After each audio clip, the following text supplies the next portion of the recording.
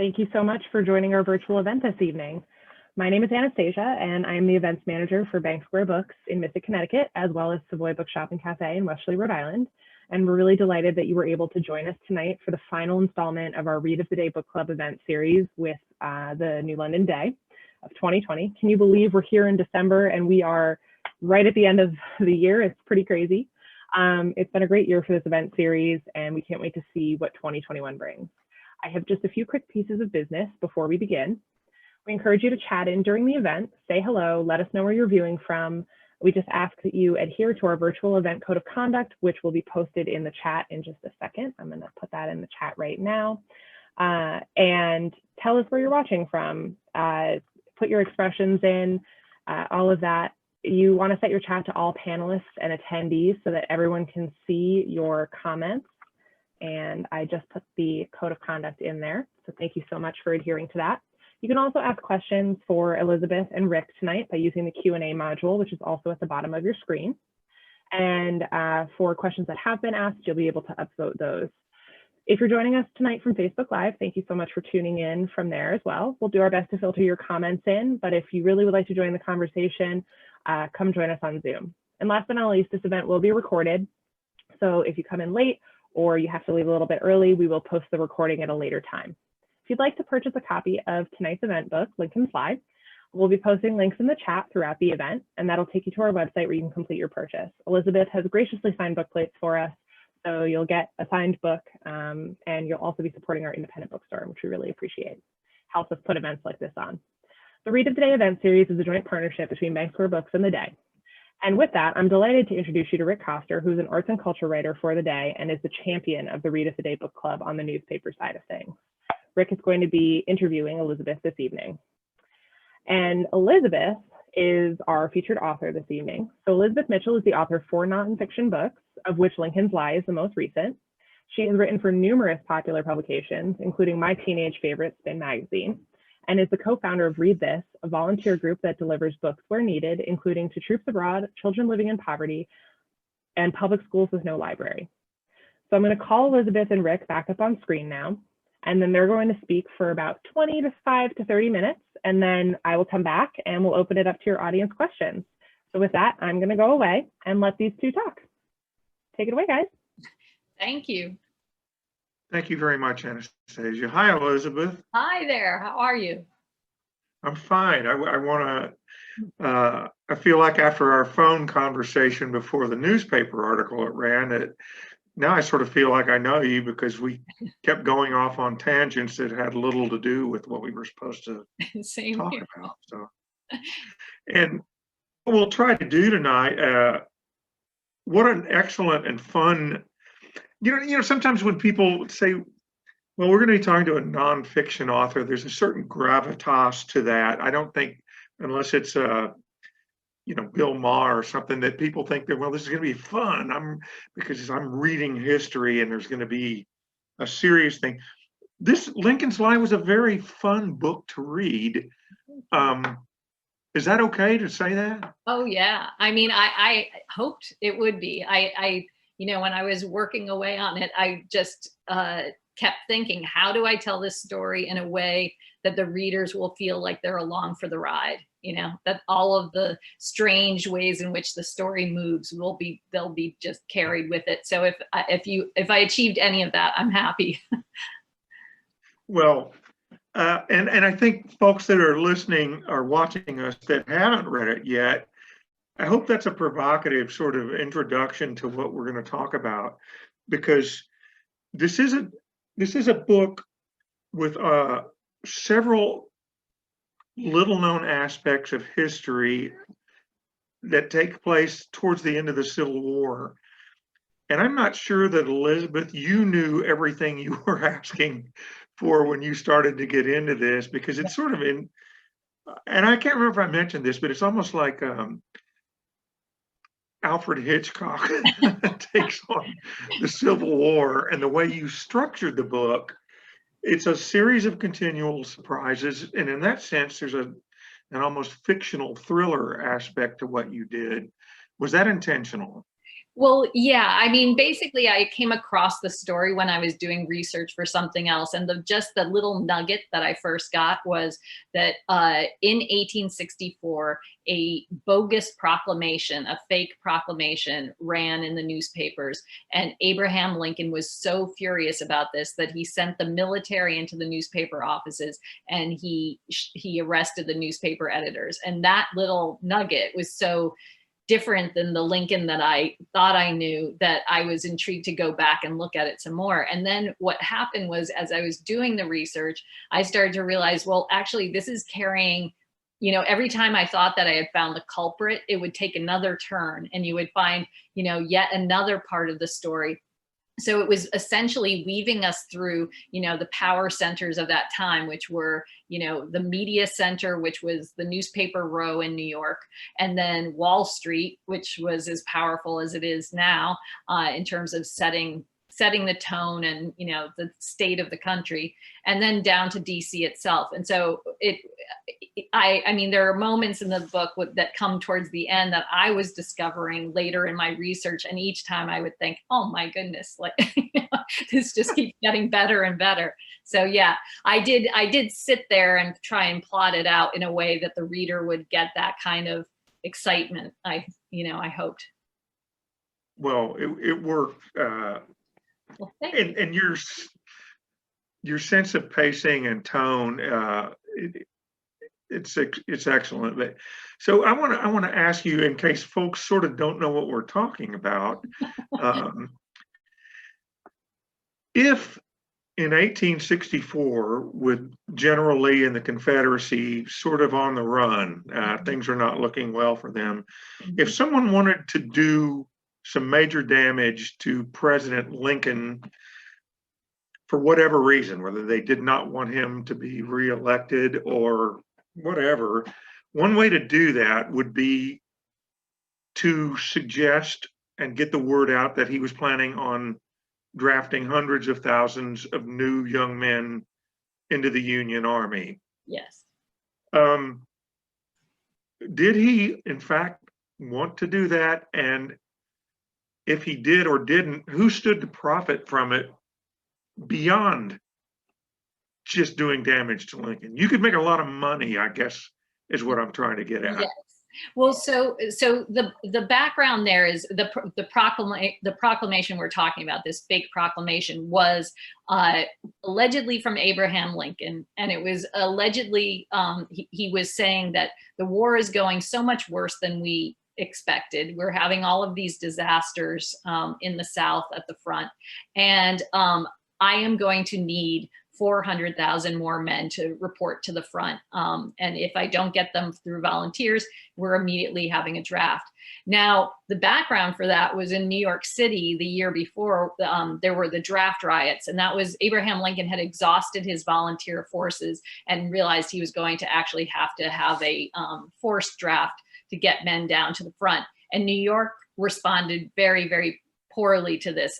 In fact, it was one of the most gruesome, violent incidents in, I would say, the history, in the history of the country, really.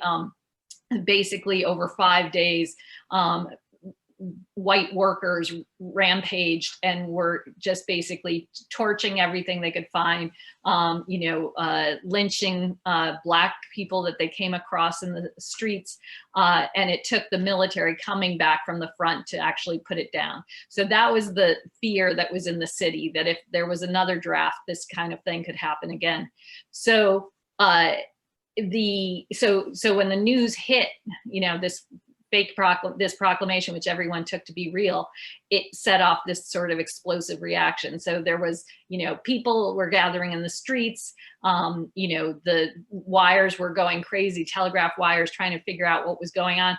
But also Wall Street went crazy because people were betting on gold on Wall Street. It was basically this battle between the greenback, which was the dollar, and gold, which would always retain value no matter what happened with the Union. And so when they thought that the Union was going down, gold shot up in value. So what that would suggest is anyone who had money on it ahead of time would make a fortune. So you can immediately sort of see what that news what value that news could have for people who, you know, wanted to make a quick buck.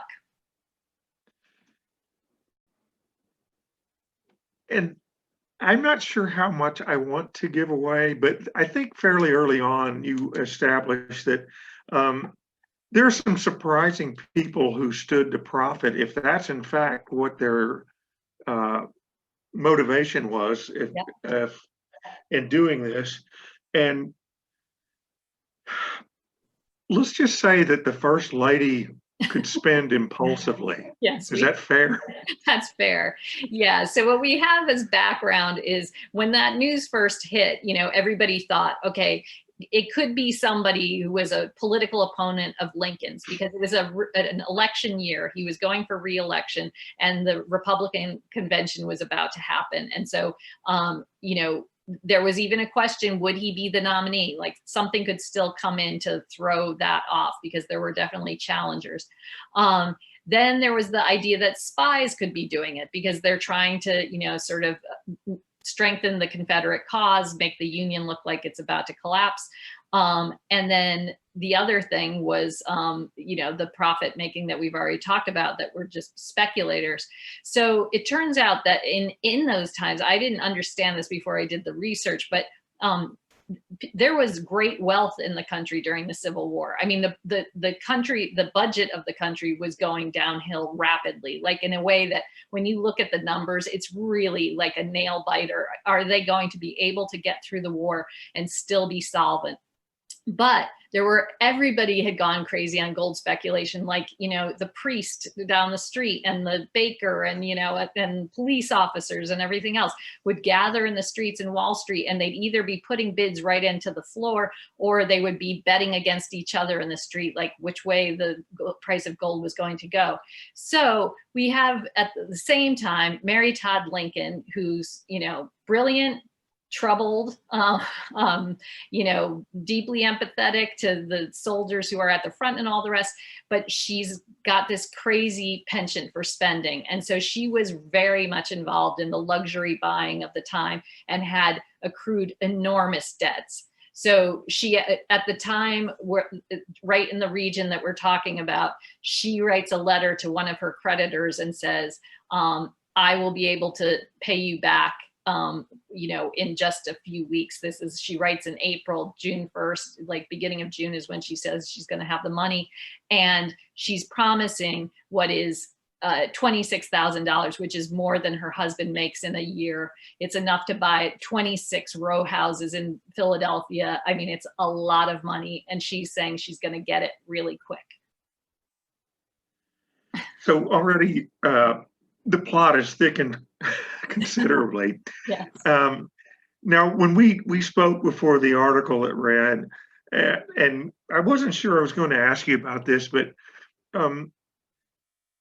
what struck me that delighted you while you were doing this is you came across a lot of characters that not only are maybe not particularly well known here, you know, 160 years later, mm-hmm. That probably should be, but that's just not possible, you know, as the wheel of time rolls on. But a couple of them were just fascinating to me. And one of them was a reporter named Joseph Howard, who plays a major role in this book. And I told you I thought he reminded me of like the prototype of Hunter Thompson, because he was a character. Mm-hmm. And just talk a little bit, not necessarily about him, but about the delight in finding out about these people. I mean, work is work, but you had to be having sort of a blast learning stuff like this. No, I really did. I mean, one of the things that, you know, when you're working on a book like this and you know, you start getting interested in the story, you know, generally you know, you don't get these kinds of amazing things to then carry the story forward often. So in this case, Joseph Howard's not just your average reporter who's, you know, he's a true character. He was one of the biggest he was the best known reporter, let's say, of that time. And there were other reporters who had more gravitas and, you know, were considered to be, the great men of letters. But this guy was the celebrity, who everyone recognized in New York. He knew everyone from, Henry Ward Beecher, who was the celebrity preacher of the time, all the way to the people, he was big with the actors, particularly, apparently the actresses of New York at the time. He had a particular uniform essentially that he wore, which was a floppy black hat, but a very crisp black suit. And he got into the business just out of pure curiosity. He heard that there was a shoe strike in Lynn, Massachusetts. And so he decided to go check out what was going on.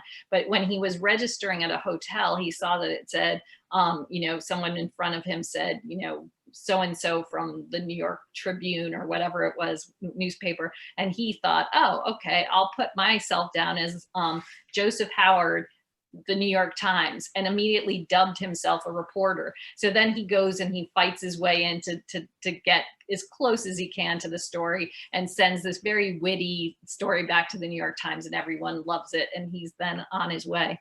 But he was a real mischief maker too, so that there are things that, for example, he got in trouble at the New York Times when he was covering the funeral of one of the great generals, one of the great heroes, and it was up in New York.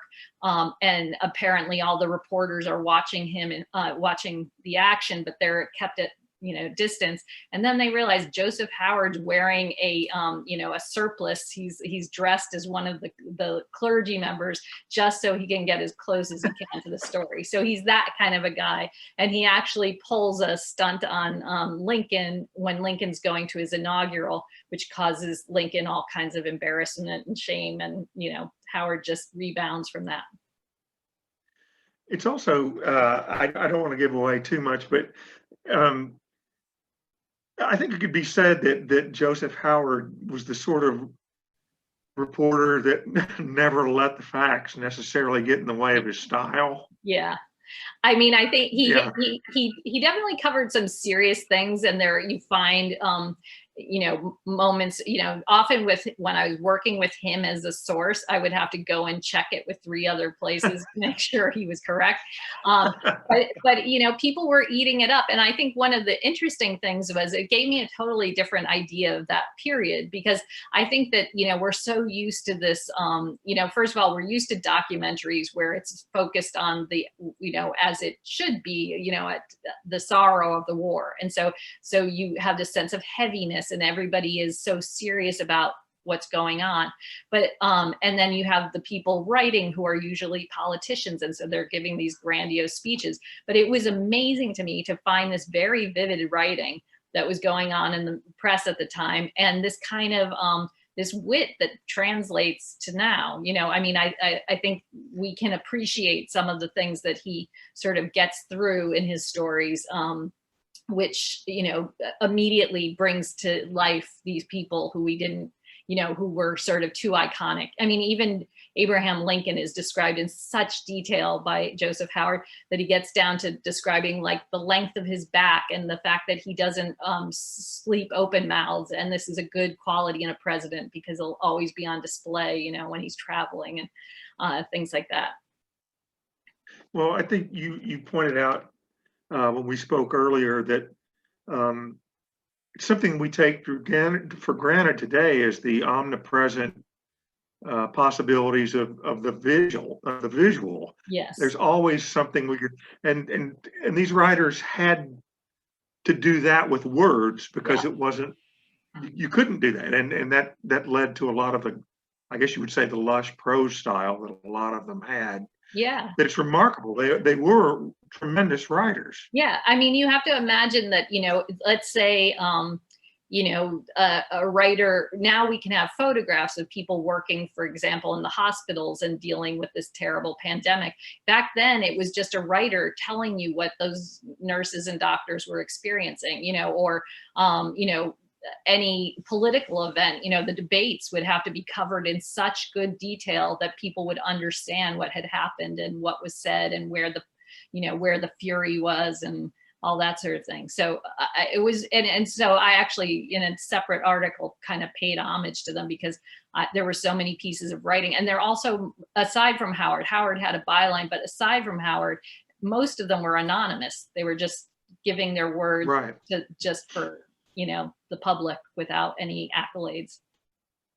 Yeah, the idea of a byline was perceived as prejudicial, if nothing else, right? Yes, and too egotistical. Yeah. Yeah. I don't have that problem. I'm happy to put my byline. Elizabeth, I sort of unintentionally emphasize maybe a little bit of the whimsical, but one of the things that almost saddened me in a way, on the one level because of the history, but on another level, we simply as human beings don't have the luxury or the time to immerse ourselves in everything in terms of comprehensive knowledge. And so sometimes someone like Abraham Lincoln is reduced almost to, and at least we do remember him, Yes. to Honest Abe or whatever. And your book does a wonderful job of talking about the dynamics and the nuances of the relationship between him and Mary Todd Lincoln. It goes way beyond what the 2 pages in the high school history textbook affords us. And it made me sad to realize that it was, they had a rough time of it, and one of the worst times in American history. Yeah.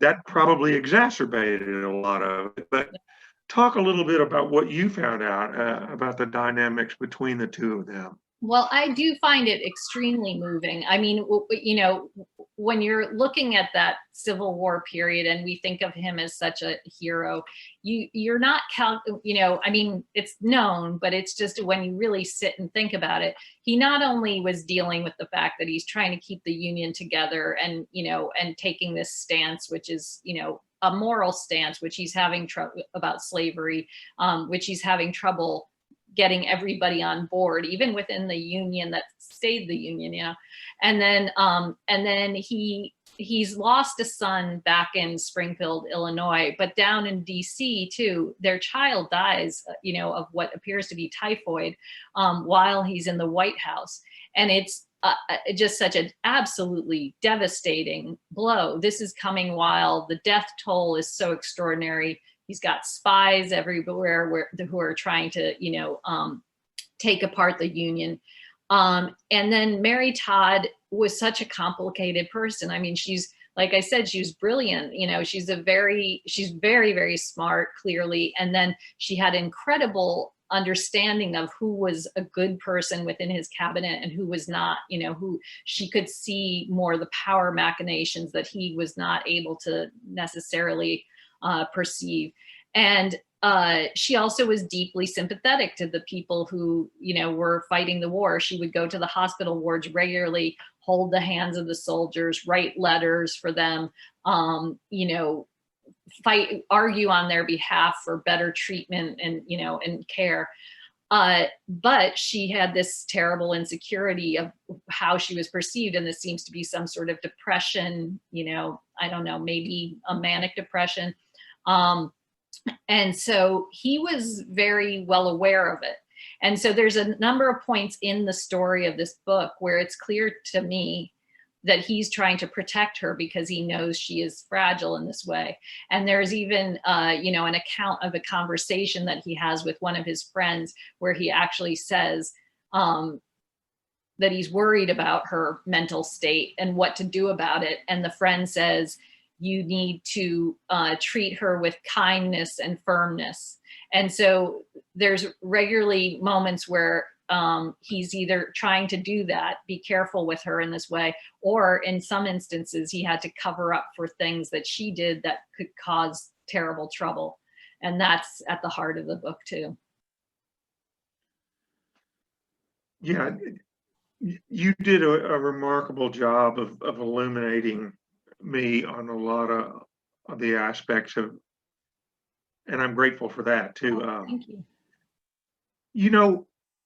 I was thinking about when I was reading your book and doing some homework before the first time we talked, and I'm glad we're in a position in this country we're waking up a lot, and there are a lot more opportunities for folks that didn't always have them. But you came up as a political reporter at a time when I don't think it was necessarily, may not even be that way now. I'm not trying to be overgeneralize or flippant, but you were a woman political reporter. Yeah. In a position, in increasingly deserved positions, but that couldn't have been easy. Do you want to talk about that a little bit? Wow. Thank you for asking. I think you're the first person who's ever asked, but it's true. I mean, I hope that's okay. No, that is okay. I think it's great, actually. I don't think it occurs to people maybe, but I mean, when I was headhunted to go to George magazine, which was a political magazine that John Kennedy Jr. started, I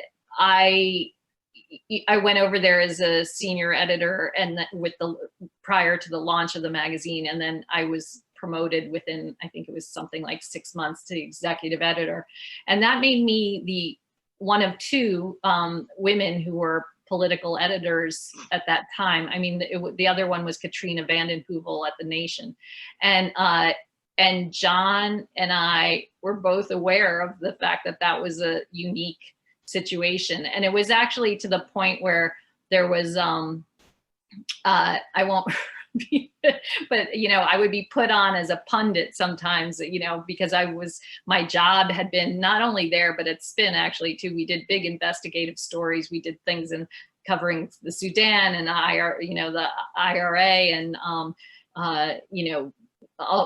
all kinds of things, drug trade, et cetera. And I had personally reported politics for quite a while. But when I was doing that punditry, there was some Washington magazine that put this, expletive in boxes, basically trying to say that any woman shouldn't really have anything to say about it. So it was very interesting. Yeah. So yeah, you have to but you can't, basically John, when he was doing the magazine, was very determined to have the readership be at least half female, because there was no other political magazine that had a female readership. And so it was about just being much more direct about who are these politicians? What do they believe? What are their, frailties?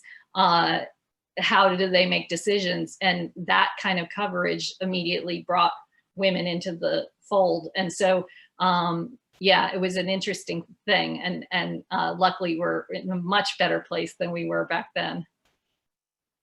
Well, thanks in part to folks like yourself. So, Elizabeth, a lot of the folks that watch these are writers themselves, or hoping to further their own writing careers. And I'm always fascinated and gratified to be able to ask people like yourself a couple of writerly questions. But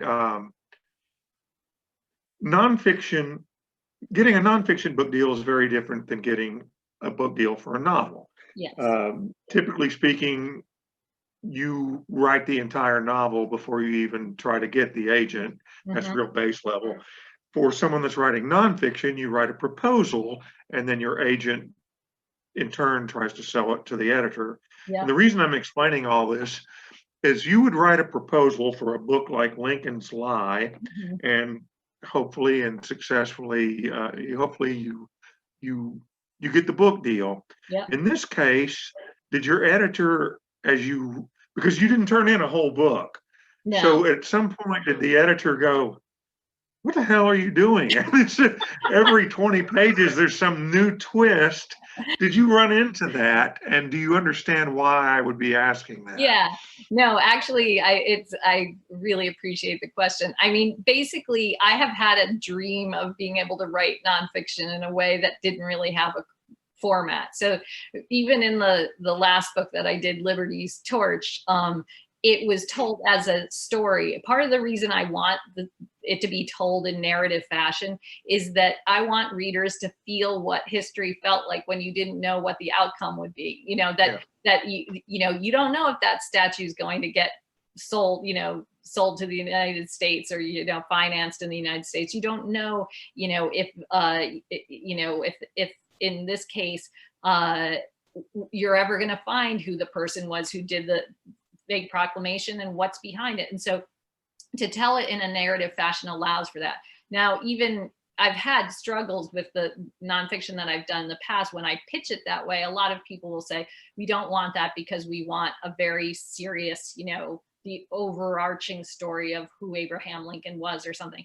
And I feel people have done that really, really well, and they can still do really great work on that. But that's not the sort of thing that I want to do. So what was beautiful was, in this case, the proposal that I put together was extremely plotted to the point where nothing really shifted. So I had chapter outlines, and they basically followed what you get in the book now. And it was also an easy way to work because I had already figured it out, and then I had the great fortune to have one of the greatest editors you possibly could have, which is Lee Newman, who writes both nonfiction, but she also is such a good fiction writer that she just won all kinds of prizes with Paris Review for her short story, and she was just included in best short stories of this year. And so she completely allowed me to do what I wanted to do, and she helped, in terms of always help knowing that I wanted it to read it like a whodunit and making sure that happened. And so it was a great partnership. I cannot imagine, I would like to throw a double negative at you because that's real professional, but I can't imagine that you have not been approached. Netflix, all kinds of streaming networks are doing very intriguing work with historical series right now. I can't imagine that your agent didn't go, man, is this Lincoln's Lie cut out for that? Are you guys clover picking through a field of offers that this is going to? Maybe I should say I am, but that's not true. I cannot lie. No, it got sent out, to California, to Hollywood, the same as any other project would be. But no, that would be lovely if it would happen, but it's not at all right now any kind of picking through the options.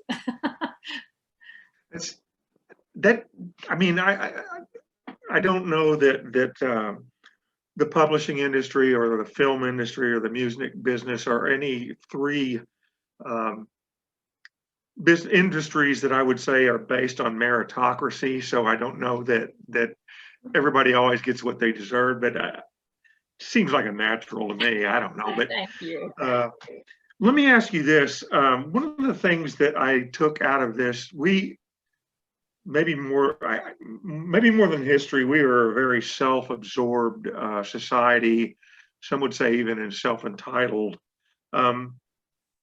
So I tend to think of things, particularly as I get older, and the Reaper catches up with me over my shoulder there. But we've had a rough year. We've had a rough 4 or 5 years. And I don't know if it was intended in your book, but it's refreshing to think, man, we've been through really tough times before. And we always have a sort of a way of riding the ship. Were you, as the writer of this book, did you take comfort or solace from the fact that, wow, we got through that, we're going to get through this too? Absolutely. I started the project and was interested in the project before, it probably was somewhere in 2014 or something like that. So I didn't foresee there being, the kind of, let's just take one thing, the battle between a president and the press. And so, but as I was going along, it was so interesting to me that in this story, it's the heroes are cropping up in all different areas, so that you have suddenly it's an attorney general in New York who holds the president to account in terms of issues of freedom of speech and all the rest. And then, there's a character, I call them just because they move like characters, but they were people. But there's a woman in the story who's, she's up in Hartford, Connecticut, actually. She's visiting her family there, and her husband is one of the newspaper editors who gets in big trouble, and he's down in New York. And because they're apart, they're exchanging letters all the time and telegrams and such. And so you get a kind of blow by blow. And even there, it was interesting to see this woman she's a Democrat. She goes to visit her Republican family, and she immediately gets a headache because they're calling her a traitor, and she has to go retire to her room. And I thought that it seemed like the sort of thing that people will talk about, in their Thanksgivings or something.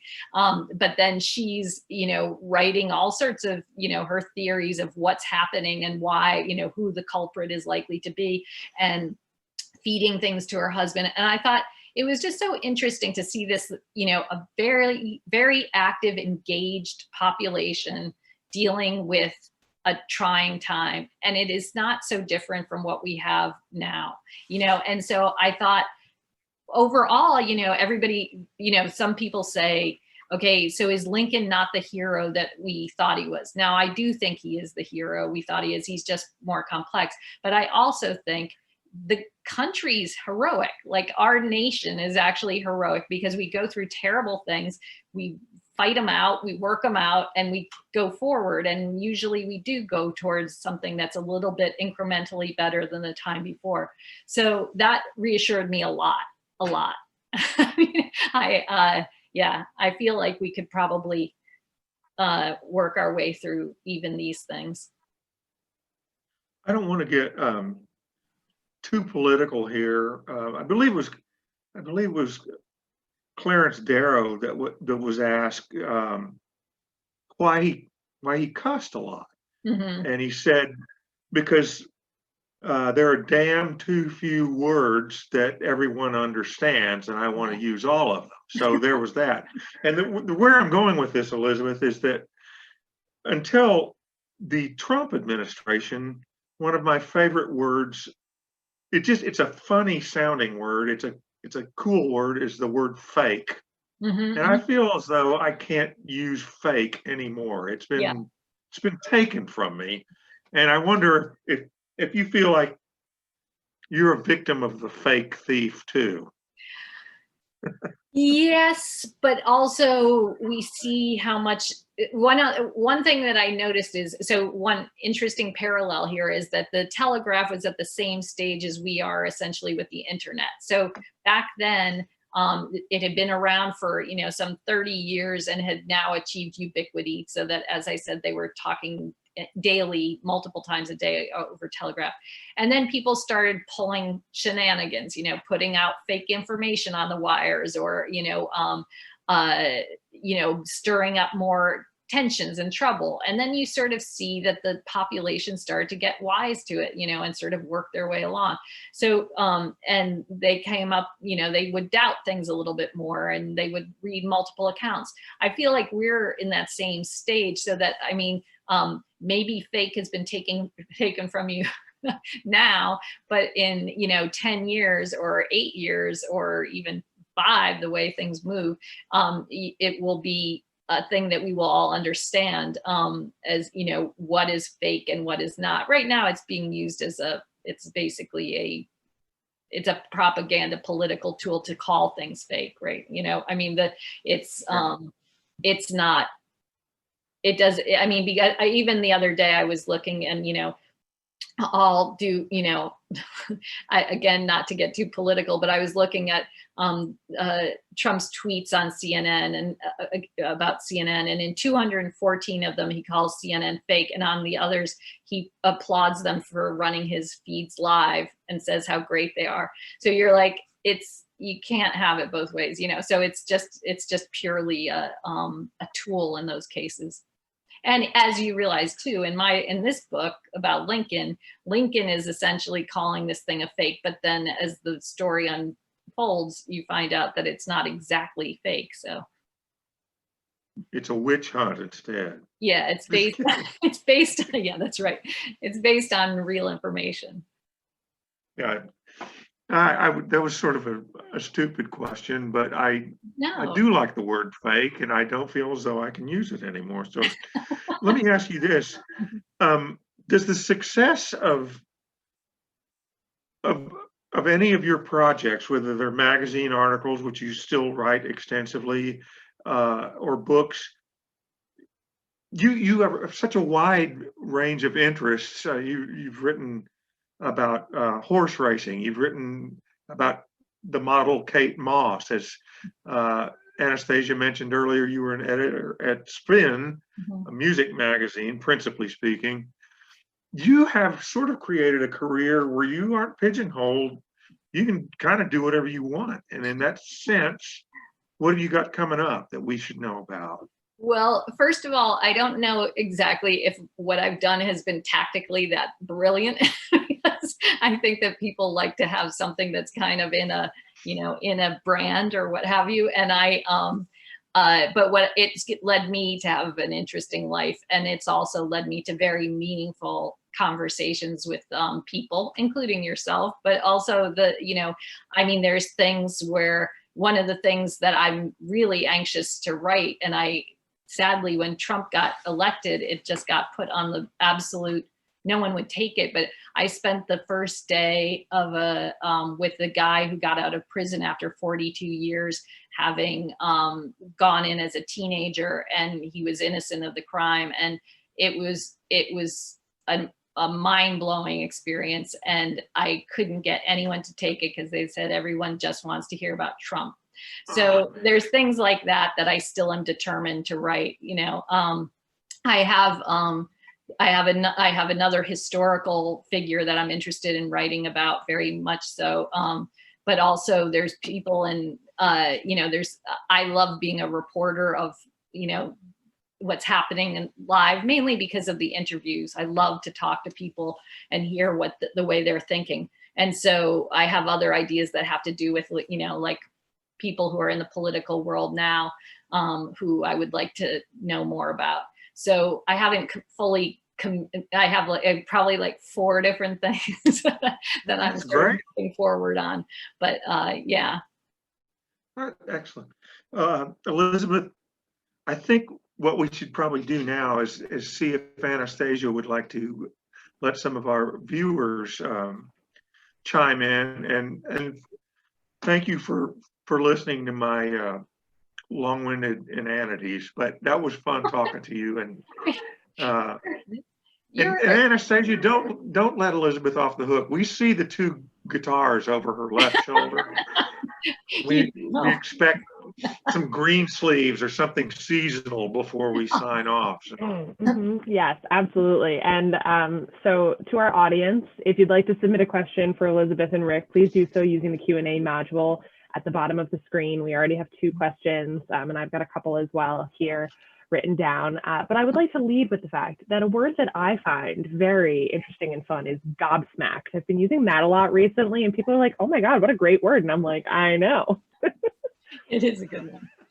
So not relevant to the conversation, but good in terms of vocabulary. So I'll just kick it off with some of our audience questions. And thanks to the audience for writing in and tuning in and joining these virtual events. It's been a really interesting year for all of us, and pivoting our entire events program online has been very, very strange at times, but we're really glad that you've stuck with us and you've enjoyed these and all of that. So we'll start off with a question from Stephen G. Stephen wants to know, what was the stimulus to start the thought process of writing this particular book? Why Lincoln? It really had to do with just the coming across the one little anecdote of that there had been this proclamation, it was a bogus proclamation. And when it ran, Abraham Lincoln was so furious. In fact, in the book, you'll find there was a witness who said he became the angriest that anyone had seen him in his presidency. But his anger led to this, putting military into the newspaper offices. And so it would be the equivalent, I mean, actually, I don't want to paint that picture too vividly because we don't want to give anyone ideas, but it was, these were the celebrity publications, the most, well-known New York newspapers that were put under that, lock and key. And their position was, we thought we were just running your proclamation. Lincoln had sent many, many up to New York. So it was just that. Most of my books start with some contradiction or something that's a surprise to me, and then I look into it. And so, and if it's still humming, like, and a month after you were first interested, then you know that there's probably something more. So. Yeah, absolutely. Very cool. I feel like Lincoln probably was a pretty scary guy when he was mad, just based on his stature. Yes, they said that's true, that he was, there's another account where he's giving a speech and he gets so mad at something that someone says that they said he stepped fully out of character. He was a completely different man, with his rage. Wow, that is completely fascinating. So speaking of papers, Gary would like to know, if they existed, what do you believe to be the neutral, independent news sources in Lincoln's time? And then sort of the part two of that is, what would you say would be the independent news sources now, which I think is a really tough one. Yeah. I mean, well, first of all, one thing that might be reassuring to people, and maybe is that back then people's political positions were pretty clear. For example, the head of the New York Times, Henry Raymond, it was considered that his newspaper was fairly straightforward. It was had international interests, and it was, well regarded by everyone down in DC, but he was straight out, a leader of the Republican Party. He had been a leader of the Whig Party before that. And so, and he was in fact, at the time that the period of months that I'm writing about, was working on this opus about, Abraham Lincoln that was going to be published just before the Republican convention. It had only gotten slowed down because someone leapt ahead of him in the publishing world and put out Lincoln's jokes, and they felt the market was swamped, and they couldn't handle a second Lincoln book.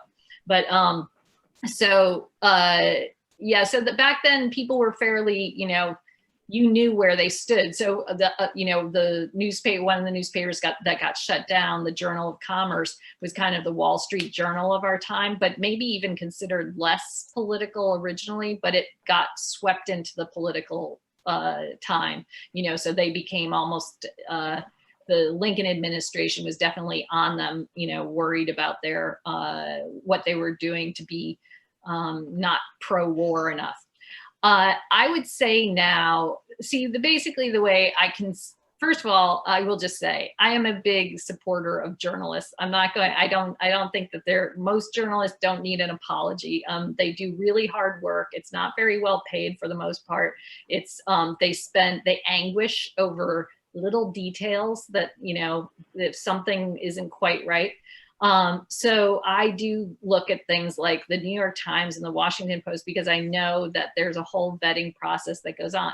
But I don't just read the one article and then think that that's the end of the story. I check it out and over multiple sources.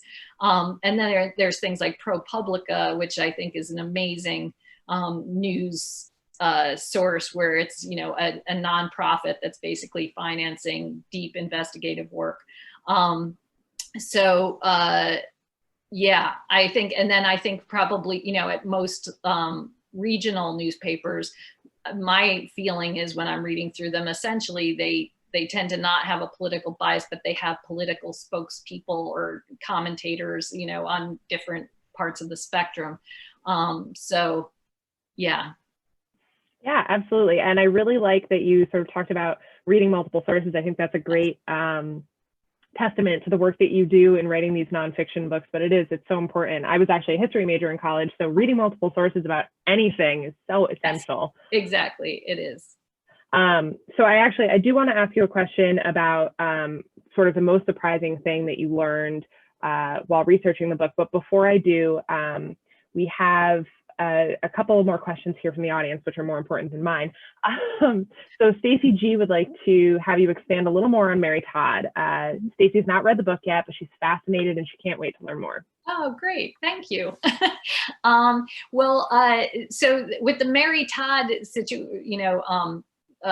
story, I had not expected Mary Todd to necessarily pop up in this story. When I first knew about the fake proclamation, it seemed like it was just something kind of in the, let's say, the boys club of activities. But then you realize that she gets brought into it. And so it's very interesting to watch what she is doing, because at the point where she's worried about her debts, she actually confides to this woman who is her probably her closest confidant. It's a woman who's her seamstress, but this is a woman who was a slave but bought her freedom, then moved to and she bought her freedom by doing side jobs for clients down in the South. They then allowed her to have loans that allowed her to buy her freedom. She comes to DC, sets up shop, gets such a great reputation that she's then brought into Mary Todd Lincoln's world, and then becomes the person who listens to what Mary Todd has to say about almost everything. And so Mary Todd Lincoln at one point is terrified that Abraham Lincoln isn't going to win re-election. And she's asking this woman, Elizabeth Keckley, does she think he'll win? And she says, the people will trust that he's a good man. He will likely win. And Mary Todd exclaims with emotion. She says, if he doesn't win, he doesn't understand how important this is. It's more than he can imagine, and basically confides that she's in this incredible debt. And so what's interesting is when you go and look at the letters in that year and the year right after, she's constantly sending one of her assistants, essentially, all over, to New York, to Philadelphia, to all these different places, doing on these secret missions. It's very strange. I mean, and at one point, they're so strange and secretive that she actually sometimes writes as if she is the assistant. And so there's these letters, these Mary Beth Cuthbert letters, which are not Mary Beth Cuthbert's, they're Mary Todd Lincoln's. They're in her handwriting and they're part of her collection. So she had a lot going on and a lot of extraordinary tension in her life. And after Abraham Lincoln is killed, she then is in horrible debt, and it becomes this kind of problem. She's trying to raise money to get out of her debts and trying to get the Republicans to help her, and they won't. And so she ends up selling off her goods little by little, including things like a parasol cover, and everyone was very upset by this.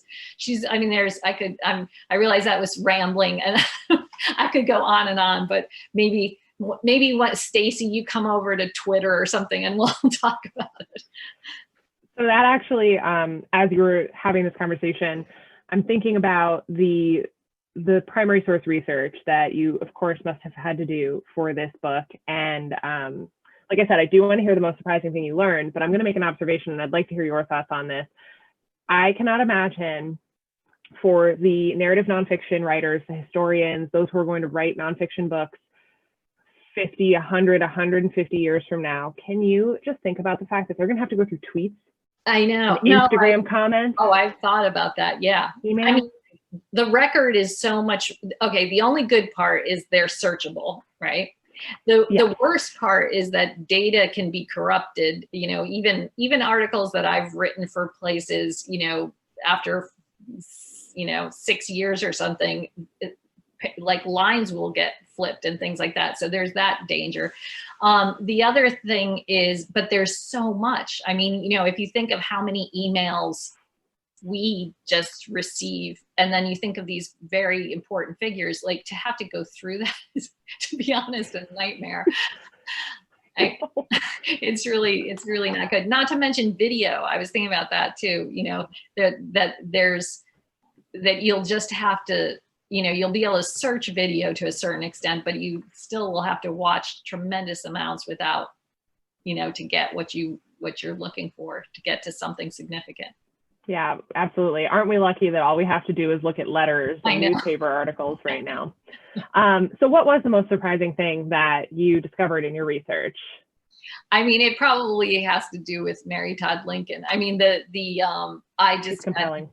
I had no idea that what her debt was doing to her and what threat it was to him as well. And so that was really, really surprising to me. And then there's something that I came across, which may be boring, except to you and me, Anastasia, from a history point of view.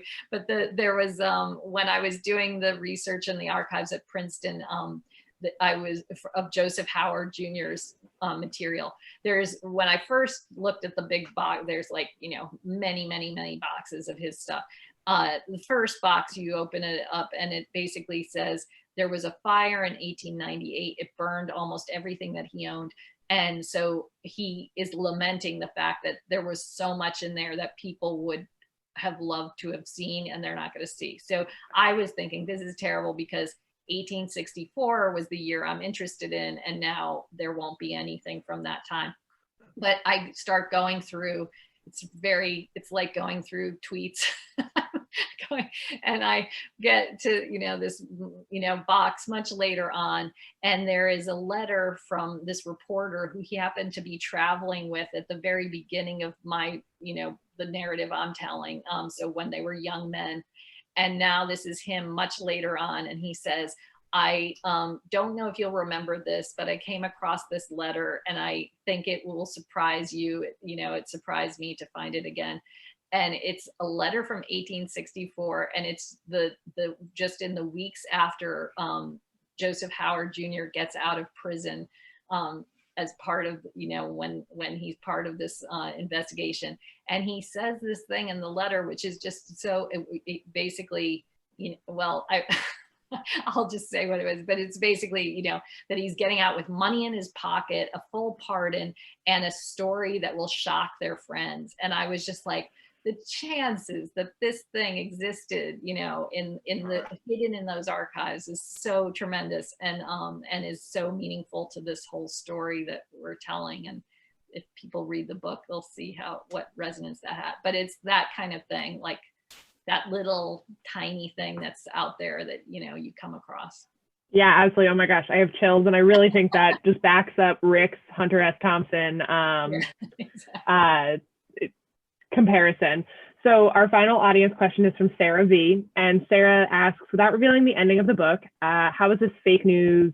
It says revolved, but I'm wondering if maybe she thought resolved in Lincoln's time. And do you have any sort of comments on how that could relate to present day? Yeah, Which, I mean, maybe not want to touch, but it's definitely a big question. And the thing that you wonder, how did they go from being in such a crisis then, and then, we didn't know we were in crisis again until, we got into this, more recent years. Basically, it's always going to be technology. It's when a new a technology is going to replace the other thing. The telegraph, then went to the telephone, right? And then everyone was able. Then the communication changed. It was people speaking directly to each other, and then there was, and there were also, they got to a point where there were newspaper guidelines that were put in place too, in terms of, what kind of sourcing you had to do, how you would. How you would, there was the golden era, some didn't like it, but somewhat of a golden era of the Walter Cronkite time was that you had to show both sides, gave it the same amount of airtime. You didn't divide it up and have different networks. I mean, I think that there's, first of all, we're doing a lot better because of the things like trying to track just the social media onslaught that was not accurate and problematic for the country. Fact checking has gotten, like fact checking like Snopes and those sorts of things, where you can actually look up a story and immediately be told, is this true or isn't it true? That helps a great deal. But I think probably coming down the line, there's going to have to be some sorts of standards put in place that are a little bit more like what we had in the sort of 50s, 60s of you're going to have to give equal time. I just think that there's going to, it can't go on without having any standard like in place like that, I'm guessing. So, but also everyone got smarter, and that's what we have to do too. It's that the public just started to understand that they had to check things, have multiple sources, etc. Yeah, I'm saying from Telegraph to Twitter. Exactly. Well, that ends all of our questions submitted by the audience, and we're actually right at about 7:30. So I'll give you and Rick just sort of a second to have a last word. But before I do, I just want to encourage our audience, please buy a copy of Lincoln's Lie, and ideally from Bank Square Books in Mystic. I actually have it sitting on my shelf. It's a little far away for me to reach, but I can't wait to dive in, and I might even do so as soon as we get done. Oh, thank you, Rick. What an intelligent, wonderful conversation. And thank you to all of our viewers for tuning in and joining us for, all of these events all year, but especially tonight. This is really fabulous, and I'm so glad we got to do it. So Elizabeth, Rick, I'll leave you guys with the last word. I just want to say thank you, Elizabeth. It's been a pleasure and fun, and it's a wonderful book. And folks, go to her website and you can catch up reading a lot of archival material that she's written for a variety of different periodicals. And it's great stuff. She's a wonderful writer. Well, thank you, Elizabeth. I just want to thank both of you so much. I mean, first of all, Anastasia, you've been an absolute pleasure to work with. And the Bank Square Books is so superb, and everyone should go there and do all their holiday shopping. And you have to work it out, right? Because there's different hours because of conditions right now. But support your independent bookstores. They're just the best. And Rick, it's been such a pleasure. And we'll have to meet in New Haven or something like that when I come to town to see my family. Would be nice. Well, thank you again, everyone. Happy holidays. Happy holidays. Stay safe, and we'll see you guys at the next event. Goodbye. Thank you. Bye. Bye.